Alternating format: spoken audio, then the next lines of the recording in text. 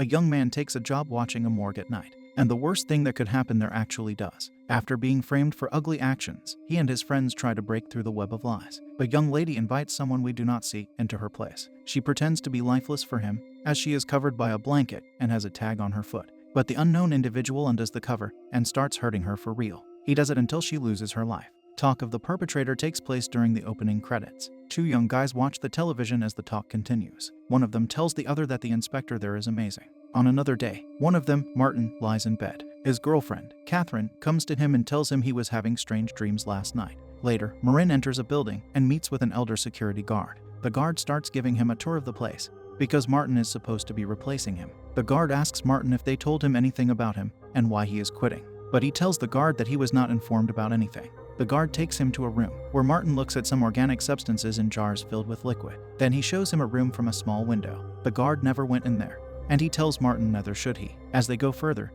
we discover the place is a morgue. They enter a room with lifeless bodies. The guard tells him to just focus on the key in the wall and not on them. He comes to it and uses it. When they exit that room, he tells Martin that many years ago a watchman committed an indecent activity with them in there. He was caught, but the officials remain quiet about the incident. In another room, the guard tells him to get a radio. Martin notices someone's picture on the wall and asks who it is. The elderly man does not know, saying the picture was always there. He also shows him a baseball bat and thinks it's a good idea to have one. On the next night, Martin arrives to serve his first shift at the morgue. He gets into his office room and sees someone walking. That man soon walks away and the lights turn off. Martin starts getting situated and looks at the picture of the man. We see he brought a radio as he puts it on a high volume. The young man starts smoking and thinks he heard something. So he turns off the radio and something loud goes off. Martin believes it's the alarm, but he soon discovers it's the shift timer. After that, he starts making his rounds. He enters the room with the jars and observes them for a short time. He also looks into the room from the small window. Eventually, Martin walks inside the room with the bodies. He tries to focus on the key. He comes to it and uses it on his device. As he walks back, he cannot help but look at some of them. When he leaves, he forgets about turning off the lights. So he returns to do that and soon gets into the elevator nervously.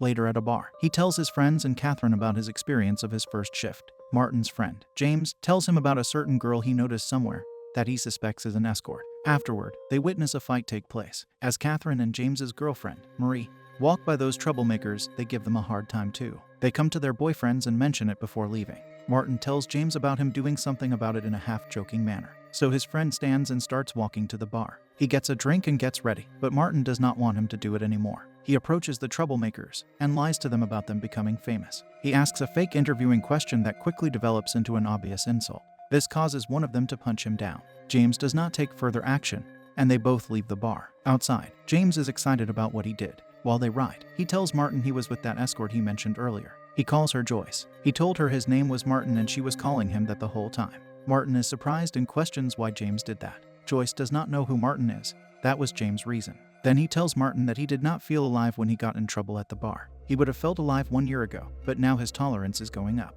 Martin admits to wanting that feeling as well, and wants James to challenge him. The challenge his friend offers is that he wants Martin to do it with Joyce. But Martin behaves apprehensively and brings up Catherine. She will never know, says James. At the morgue, Martin mocks the picture on the wall and has fun by riding on the chair. But he has too much fun and even falls off. When he sees the plastic on the walls move, he gets somewhat scared and goes back into the office. There he practices his punching and accidentally knocks the alarm slightly out of the wall. After putting it back in, a man surprises him from behind. He introduces himself as Inspector Cray. They look at the picture of the man together, and Cray believes his name was Louise Payne. He was sitting on death row. Cray also tells him that a new lifeless body was brought in. So Martin enters the room that the other guard never had to enter and looks at it. After that, he tells Cray he only saw feet. As they walk in the hallway, Martin tells the man he saw him on TV. Cray states to be getting closer to catching the criminal. At that moment, a morgue crew brings in a new lifeless body. Martin wants to know why Cray thinks there is only one murderer. Cray informs him that the murderer has a signature move of taking out his victim's eyes.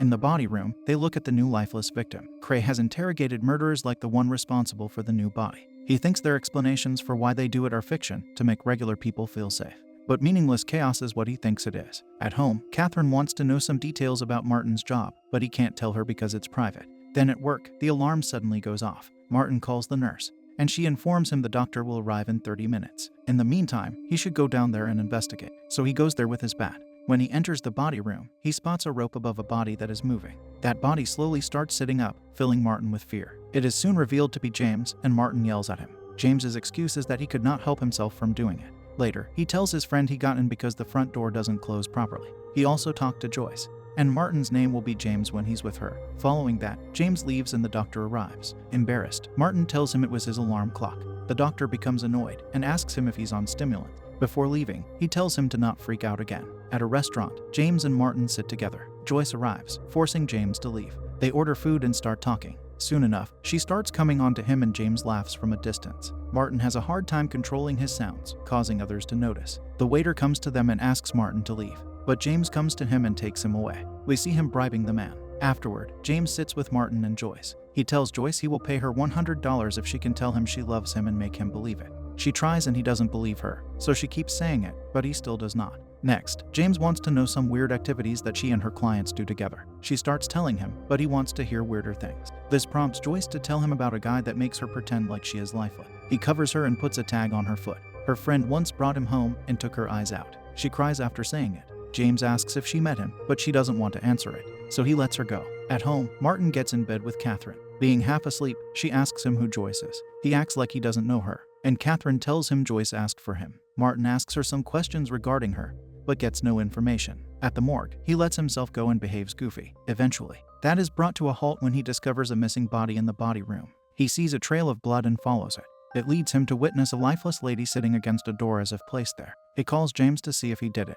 However, he cannot be reached. Martin is left to call someone else. After a while, the doctor arrives again. Martin takes him to see the lady sitting against the door. They both discover that she's not there, and now the doctor becomes frustrated. He enters the body room and unravels several bodies. Martin tells him it was the escort lady and he unravels her. Then he taunts Martin by using her body. Cray also arrives and Martin attempts to explain himself. The doctor leaves frustrated, but Cray takes it easy on Martin in the lobby. At home, Martin tells Catherine about his father, how he married the lady he did not love, yet had an affair with the one he did. Shortly after, he asks Catherine to marry him. That segues into them kissing. In Joyce's apartment, she mimics talking to Catherine on the phone. Following that, she injects herself. Catherine meets her outside at some point and we do not see their conversation. Subsequently, she comes home to Martin lying in a bathtub and confronts him about his cheating. She yells at him and asks if her pretending to be lifeless is what he likes. So she places a towel on herself and he becomes upset.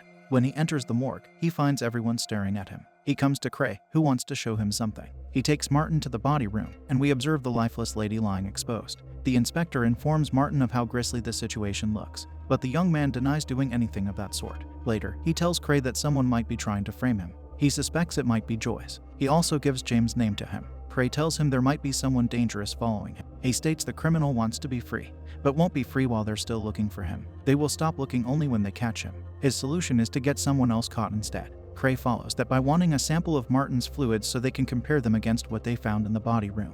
The next scene has Joyce leaving a message on Martin's answering machine while Catherine sits and listens. She wants to meet him tonight and gives an address. Catherine gets angry and breaks her glass. We see Joyce tell someone in her room that Martin wasn't home. Afterward, Martin goes to a laundromat and meets James there. He tells him about the situation. James admits that they got the wrong guy. Martin hesitates to ask, but eventually he questions if it's James. This causes his friend to start laughing, and Martin leaves because of that. Later, Catherine knocks on Joyce's door. We see Joyce hugging someone inside and that person puts an end to her. Since no one answers Catherine's knocks, she lets herself in and makes her way through the apartment. In the bedroom, she spots a lifeless Joyce. It prompts her to pick up the phone. However, a door soon opens and she runs away. Cray leaves the bathroom after having flushed down the evidence. He did not hear Catherine inside. We see him use the sample that Martin gave him before getting on top of the girl. Once on top, he uses her finger to write Martin's unfinished name in the blood. In the next scene, Catherine tells James and Marie what she saw. She is traumatized and Marie tries to comfort her. They see on the television that Cray states they have all the evidence they need to catch the criminal. Inspector Bill then comes to their place. He asks for Martin and they tell him he's not there. James calls Martin and explains to him the situation.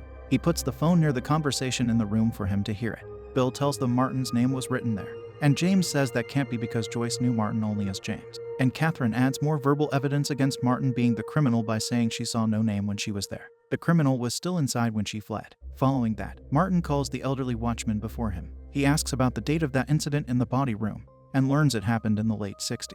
He also lets Martin know that nothing happened to that man. Out of embarrassment, the hospital did not want to press charges. With that information, Martin frantically looks through the files in the cabinet. He runs across Cray's file and looks through it. He discovers that the man was dismissed due to a doctor's recommendation. Later, Cray calls Martin and tells him the situation. Martin wants to talk to Inspector Bill and Cray questions why not him instead as he appears behind him. He puts Martin under arrest. Meanwhile, Catherine enters the morgue, and in the body room, Cray shows Martin Joyce's body. He throws him the bat and provokes the young man to hit him. If he won't, Cray will take Catherine's eyes. This causes Martin to slam him down. Catherine enters the room in time to see her boyfriend strike Cray's gun away. She picks it up and they leave the room with Martin locked inside. As they walk in the lobby, Cray tells her that before she lost her life, Joyce wrote Martin's name. When she tells him that Bill told her that, he acts surprised. In the meantime, Martin uses the bat to break the glass in the door. He also uses it to move the handle. We see that Cray has changed routes with Catherine and takes her elsewhere because of what she said. We learn that she told him she was there because he asks why she didn't call from Joyce's apartment.